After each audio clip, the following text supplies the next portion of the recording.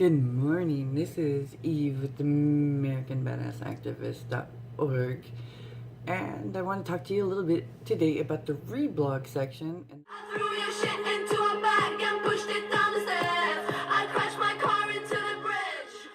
I share with you about reBlogs, the section on the site that amplifies peer voice and other writers from around the blogosphere. So twice a week I go through and update the reblog section with great pieces I have seen around the web in regarding to anything neurodiversity and peer voice, or something I think peers will really get a lot of information from, or anything I think can be utilized by our community as helpful or informational or even inspirational. So also on reBlogs today, doing a better job of working with doctors. This piece I found to be,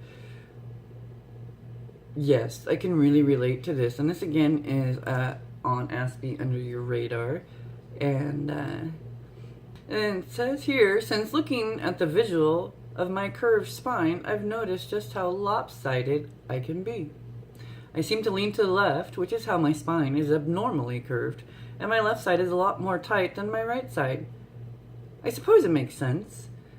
If I've been skewed to the left for however many years, and then it stands to reason that my muscles on that side will at least be a little shortened over time. You know, exactly how long things have been this way, I am not sure. I was told that I had scoliosis about 20 years ago, but the provider who talked to me didn't give me much information.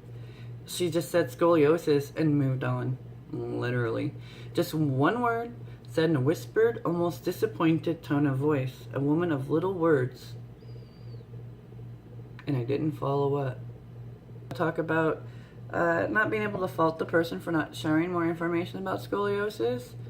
Being autistic, and also the differences of understanding pain and the variables of it, and not always knowing when something is. I'm challenged with that as well. So this piece really hit home with some of the things that were being discussed, and the communication with doctors and getting medical help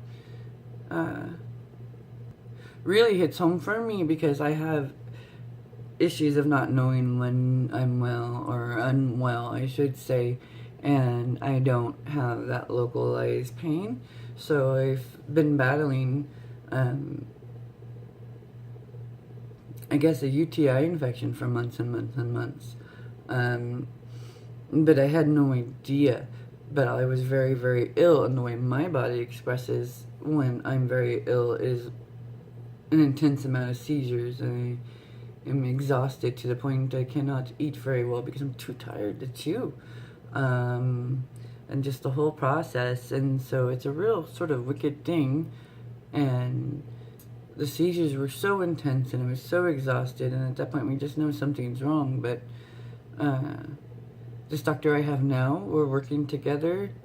She understands that I present differently than others, and we're taking our time to get to know one another, and we talk about what my normal day is compared to my abnormal day. And this past year we've really worked out a good relationship, and her instructions to me now are, if I'm getting sleepy for a couple of days, extra tired, that's a sign of I'm not well. So to come in and we'll start figuring it out. And then when the seizures increase to the way that they do, that's my body's way of saying it's in pain. And so we're getting a much better handle on the physical expressions of when my body's fighting an infection or an illness. And or get to this point, it's taken a lot of years and a lot of doctors, right?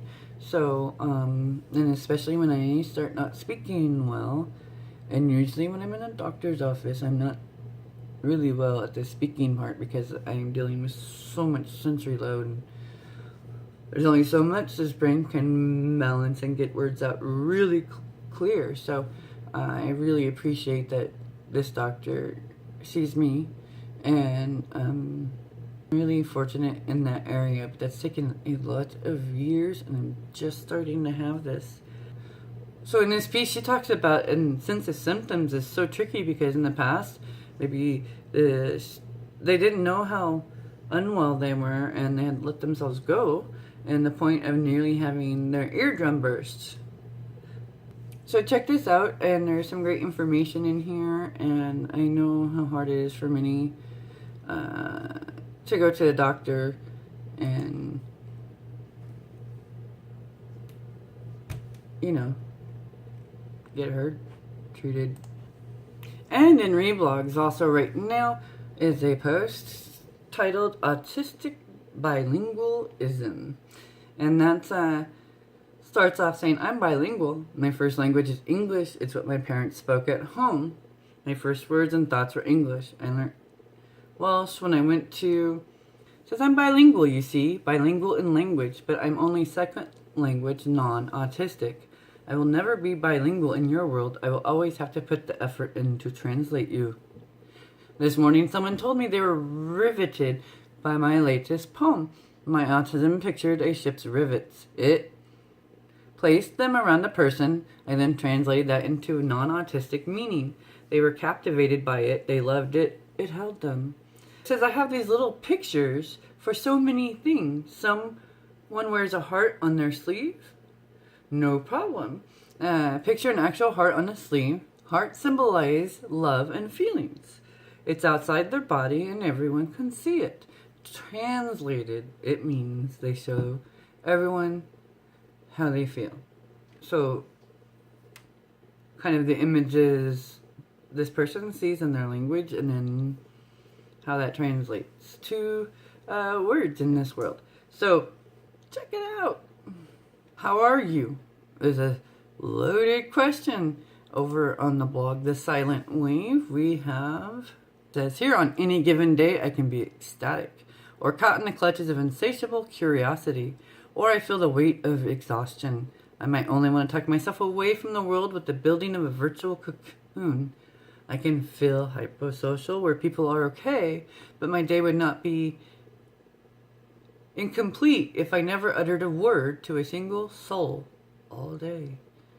Or take, for example, the inane practice of using "How are you?" as a fairly standard greeting.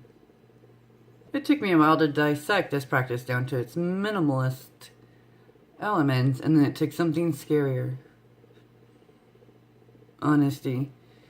Only then does the truth have a chance to emerge from the shadows and allow itself to be seen.